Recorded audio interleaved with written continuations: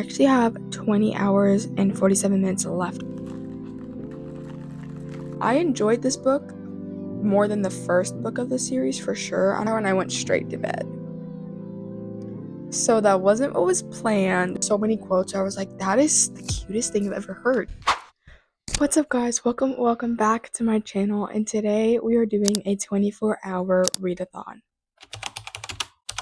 Okay, so on my last vlog, I did say I wanted to do more challenges, and this is one of the challenges that I really wanted to do. And then these next couple days are like the perfect time to do it. So I was like, why the heck not? Let's go. I am leaving for Orlando.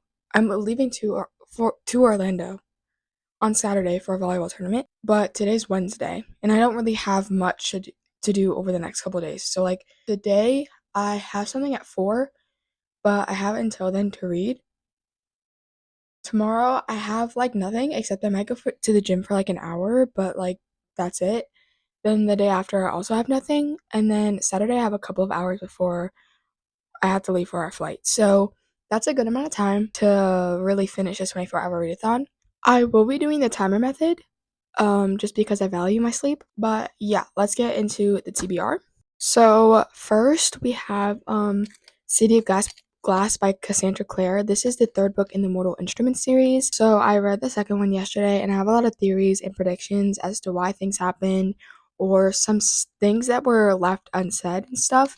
So I'm wondering if this is all going to come into light into this book, because it is a 6-book series, but I wonder if it will come into light in this book. So I think we're introduced to new characters, but I do like a lot of the POVs we've been getting. We've been getting more POVs, so I might jump into this. Next, we have The Red Scrolls of Magic by Cassandra Clare. This is the first book in the Eldest Curses duology.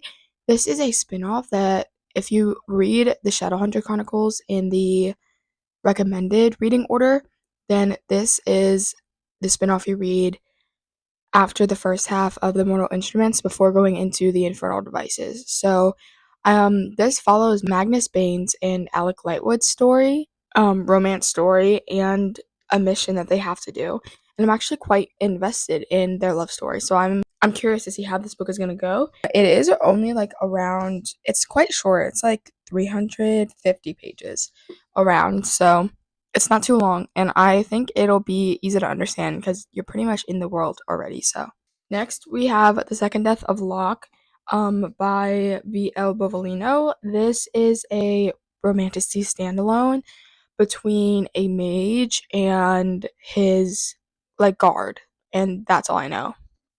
So I mean, it seems like it would be good for a readathon just because it is a standalone, so you don't have to continue the series, like the next book, if you don't want to, because I'm pretty sure they are interconnected, but I'm pretty sure their story is finished in this book. So next is These Hollow Vows. This book is, I think, a love triangle, but it's a fae romantasy.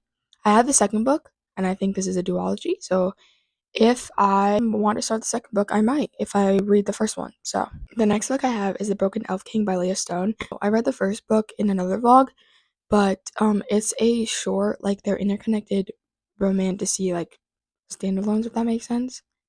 And there's like an overall like conflict plot line that's followed throughout all the books, but each book focuses on a different kingdom, a different king, and a different romance story. So I mean, they're not anything spectacular, but they're really easy to binge and to understand. So if I need like a little palate cleanser in the middle of this readathon, this would probably be the book I would pick up for that, because it's also relatively short. It's like 250 pages, which is pretty short. So and finally, this is Dragon Curse by Elsie Kova. This is a dragon and fantasy romance. I don't know, it seems really good. Also, the edition is beautiful. I mean, it's about dragons, so you know, what more could you ask for real? So yeah. Okay, so this is like my usual setup, but I face it towards the window because this lighting is actually so atrocious. But I'm not gonna read facing a window, so I'm gonna read here.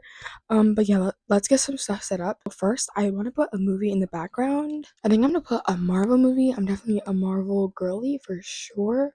Okay, I think I'm gonna watch Avengers. I think I'm gonna put Avengers on in the background. So I just got Avengers on. I'm gonna update y'all with like what movie I'm on. I think I'm gonna start off with City of Glass just to really finish up that first half of the Mortal Instruments. So I think this is the first book I'm gonna read. It's quite large, I will say. 541 pages. Okay. It is currently 11:02. I'm gonna put the timer on my iPad. Get this readathon started.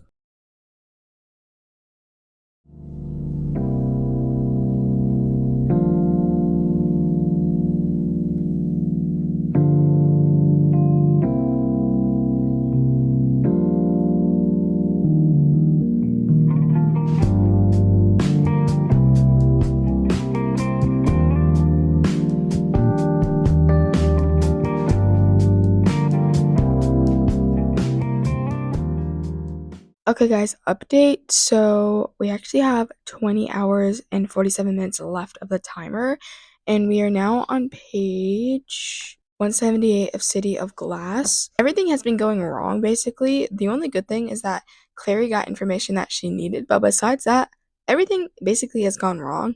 We've actually been getting introduced to new characters. So we got introduced to Sebastian, which something just happened with him. He's definitely off, and I'm curious to see what it is because I don't really have any guesses as to see what is wrong with him. I don't really have any assumptions. I don't have enough information to go off of.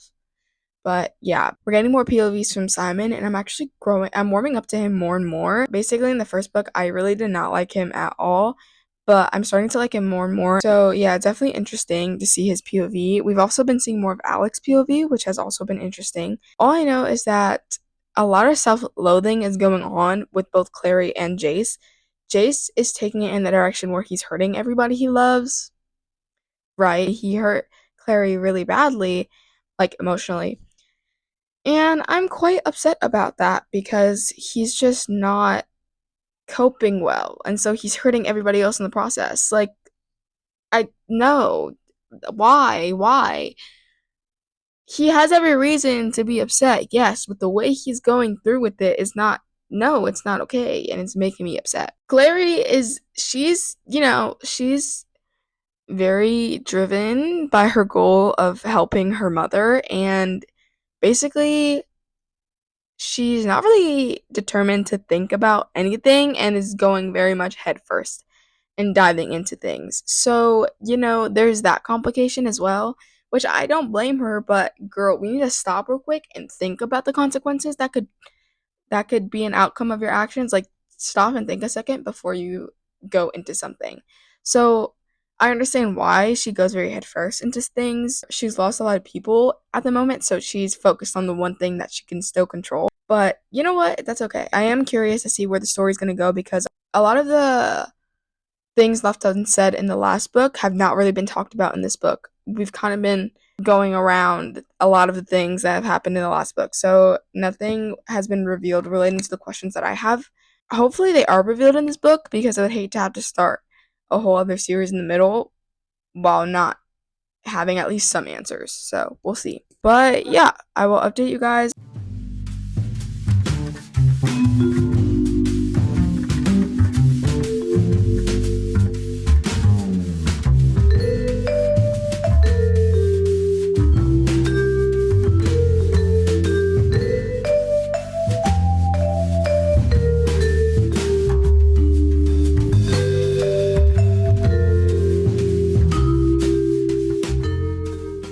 Okay, I actually just finished Guardians of the Galaxy. Also watched Age of Ultron just for a little movie update. Anyways, we have 17 hours 58 minutes left of the timer. Last night I got home actually later than I expected because I had something else. I took a shower and I went straight to bed. So that wasn't what was planned, but I was already tired, not gonna lie. So it's okay. I woke up and I automatically started reading. I am now on page 335, chapter 15 of City of Glass. Basically, everything that could have went wrong has went wrong. Like, I don't know if there has been like one thing that has really gone in the right direction at all, which is great. We did get an answer to one of the unanswered unspoken words from the last book because there were some questions that were brought up from what certain people were talking about relating to Jace and Clary. We confirmed the truth about Jace, but I'm not sure about Clary yet. There's something about her that's different, so I'm curious to see what it is about her that's different. Hopefully that's revealed in this book. We have around 205 pages left. It's definitely picking up the pace. I am able to lose myself in this book really quickly, which is really good. We just actually had like a scene between Clary and Jace. They're cutie pies.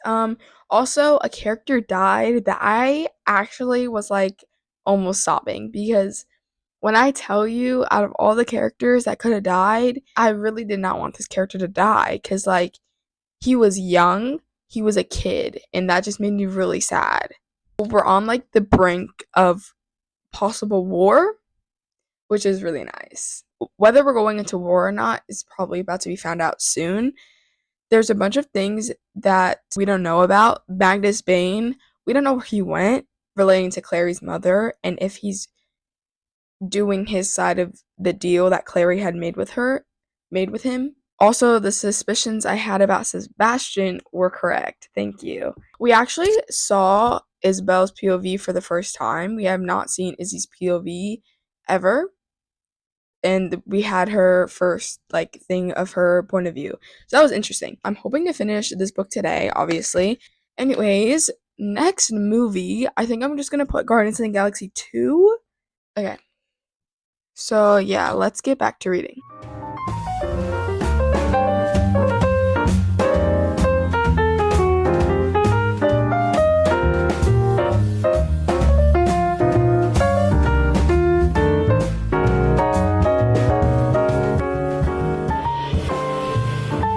I knew it! I knew it! Oh my gosh, I knew it. Okay, wait. Hold up. Yes! Oh my gosh, that is good.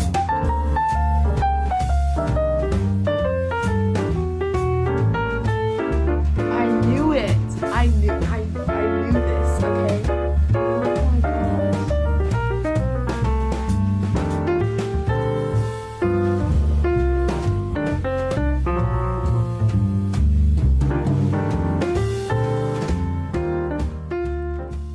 Okay, guys, so I have an update with some very good news. We finished the first book of this readathon. We finished City of Glass by Cassandra Clare.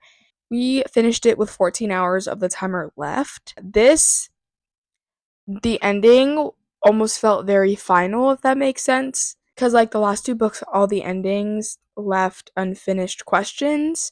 And this one, it felt very final. And I remember I watched a video one time about the order in which you read the Shadowhunters Chronicles, and he was explaining that first half of the Mortal Instruments is like its own trilogy, and then the second half is also like its own trilogy. And I can completely see where that came from, because this felt very finalized, if that makes sense.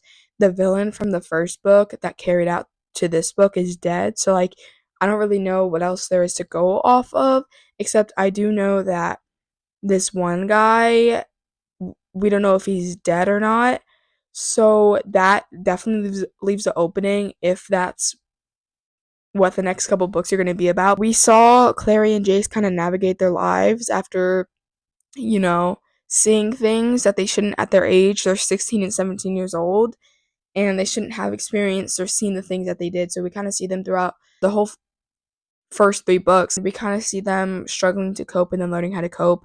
And a big part of that was actually like found family.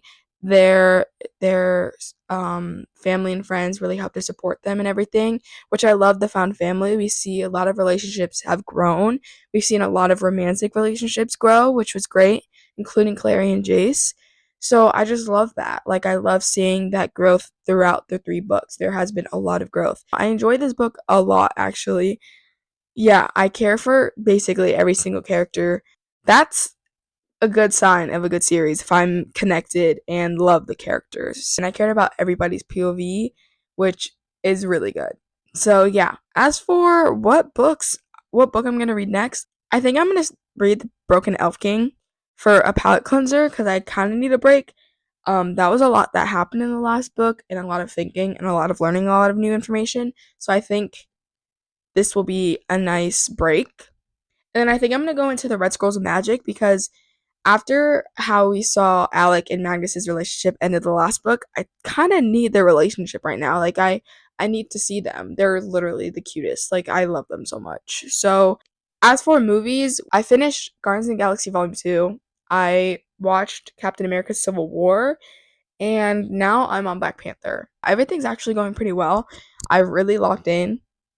My last 24-hour readathon did not lock in, but this time we're locking in. So yeah, I'll update you guys like once I've started like the Broken Elf King and I have something to say. Before I go and start the next book, I have one last thing to say about City of Glass. I'm so glad the blood relations regarding Clary and Jace were not true. Thank you very much. That makes things a lot more comfortable for them in their relationship. It makes them feel better about their relationship, which I'm very glad about, for sure, because I don't know how that was going to progress if it was true.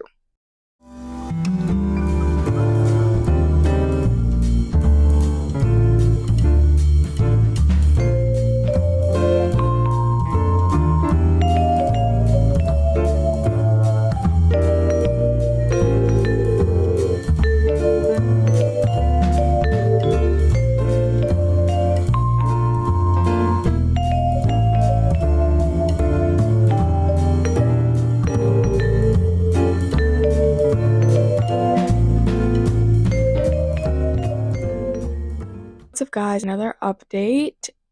I did in fact finish The Broken Elf King by Leah Stone. We actually finished that with 9 hours and 55 minutes left with the timer. It is in fact the next day. The 4 hours of reading last night did not get done because I got like a really bad wave of nausea that anything else that I did besides just like laying down and like basically going to sleep, everything else that I did besides that basically made it worse.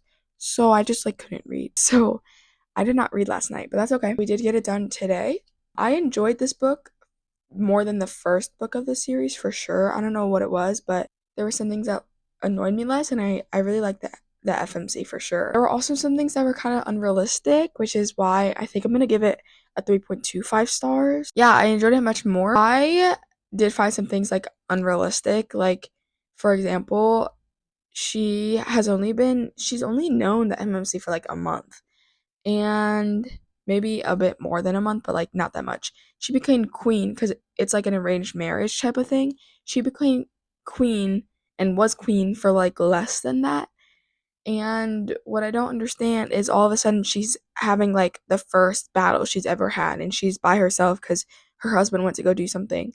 And she's over here knowing everything about it just because she read one book. Not quite realistic because I don't think that's how that works. And all of a sudden she knew what to do, and she knew how to act, and she knew exactly what was going to happen. Like, girl, she studies medicine. That does not seem realistic. She was like practicing to be like a warrior. That would make sense. But she was not. She was studying in medicine. So that was slightly unrealistic. Also, MMC was slightly emotionally immature and was like constantly hurting the FMC emotionally to figure like because he was scared to say his feelings, and that kind of annoyed me too.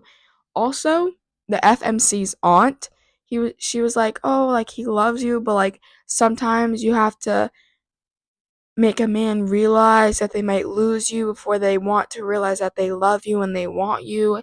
She was like, yes, you're in an arranged marriage, but maybe suggest that you guys get separate lovers and something, trying to make him jealous, trying to make him want you. I was like, girl, if I ever had to say something to the guy that I liked or that I even loved, try to get him to be jealous in order to realize he wanted me, why would I put in all that work? I would be gone. I would be gone because that just shows if you need me to help you convince that you like me, no, that's not happening. That would annoy me so quick. That just might be me. But that also kind of annoyed me because never catch me doing that ever. And I think I'm gonna start The Red Schools of Magic by Cassandra Clare. I am kind of obsessed with Magnus and Alec, so I want to see more of them. Hopefully, it's more happy because I just want to see them happy. I'm not watching a movie because I think what was also contributing to making the nausea kind of bad was like having something on my screen but also reading at the same time and listening to music. There's like a lot going on. So I think I'm just gonna try to chill and read right now and not try to put a movie on that will like cause my brain to hurt. I'll update you guys once I get further into the book. Okay, so mind you, I actually like, yeah, I'm 9 pages in. I'm already having such good feelings. Like, I already love this. Like, I'm having such good feelings about this book already. Some plans just changed, so I actually am going out. I'm gonna bring my book with me, and I'm gonna change my timer from my iPad to my phone. I'm gonna see how much I can read today, and it might transfer to tomorrow.